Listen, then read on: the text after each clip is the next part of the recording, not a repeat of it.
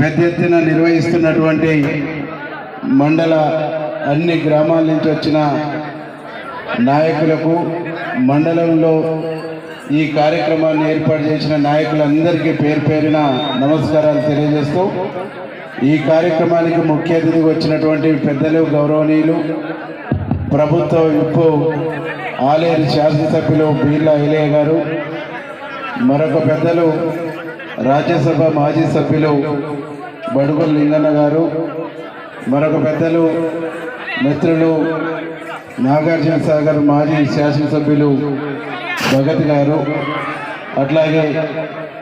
Cam మల్లేశన్న గారు, వేదిక మీద ఉన్నటువంటి గోవర్ధనన్న గారు,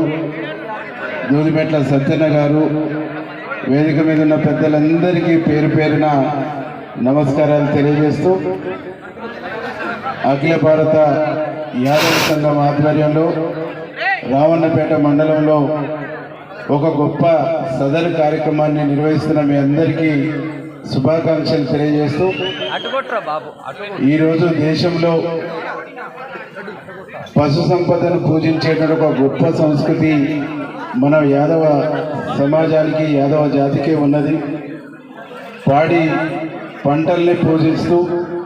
పాడి సంపదను పూజిస్తూ ఈ సమాజం బాగుండాలి, ఈ సమాజం గొప్పగా ఉండాలి, ఈ సమాజంలో మనం పండించినటువంటి పంటలు కానీ, మనం పూజిస్తున్నటువంటి పశు సంపద కానీ, వాటి ద్వారా వస్తున్నటువంటి పాలు కానీ సమాజంలో అన్ని వర్గాల ప్రజలకు అందిస్తూ, అన్ని వర్గాల ప్రజలు బాగుండాలి, అందులో మేముండాలని కోరుకునే ఒక గొప్ప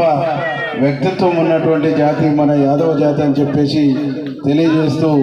ఆ గొప్ప వ్యక్తిత్వాన్ని అట్లే కాపాడుకోవాలి, ఆ గొప్ప వ్యక్తిత్వంతో ఈ జాతి దినదినంగా అభివృద్ధి కావాలని, ఆ అభివృద్ధికి ప్రభుత్వం వైపు నుంచి నా వంతు సహాయ సహకారాలు అందించడం నా బాధ్యతగా నేను తెలియజేస్తూ, ఈరోజు ఐలన్న ఉన్నాడు. ఇంతకుముందు ఐలన్న గురించి చర్చ వచ్చింది. చివరి వరకు ఎన్నడూ కూడా చేతులు ఎత్తలే ఐలన్న. చివరి వరకు కొట్లాడినటువంటి ఒక యుద్ధ వీరుడు. నేను ఎన్నికలకు ముందు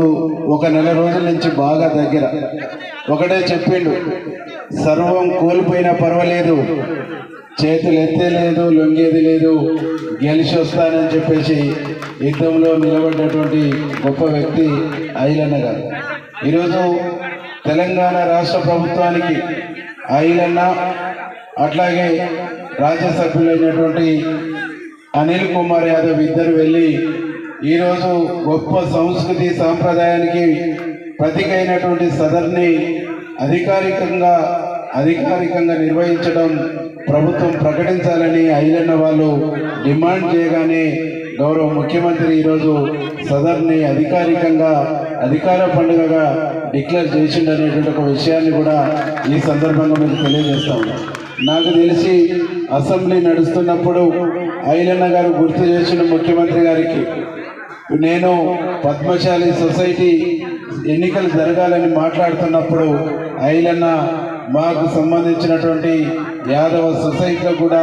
ఎన్నికలు పెట్టాలని చెప్పేసి ప్రభుత్వం దృష్టికి తీసుకొచ్చిండు. తప్పకుండా అవి కూడా జరుగుతాయి అనేటువంటి ఒక హామీని మీకు ఈ సందర్భంగా ఐలన్న తరఫున మీకు ఇస్తూ, ఈరోజు మా మల్లికార్జునన్న కానీ మిగతా మిత్రులందరూ పేరు పేరిన వీళ్ళందరూ కూడా కోరిండ్రు, తప్పకుండా నా నిధుల నుంచి ఇమ్మీడియట్లీ 10 లక్షల రూపాయలు మీ యాదవ్ భవన్కు ఇచ్చేటువంటి బాధ్యత నాది అని చెప్పేసి తెలియజేస్తూ, నన్ను ఇక్కడ ఆహ్వానించిన మీ అందరికీ పేరు పేరిన ధన్యవాదాలు తెలియజేస్తూ ముగిస్తాను.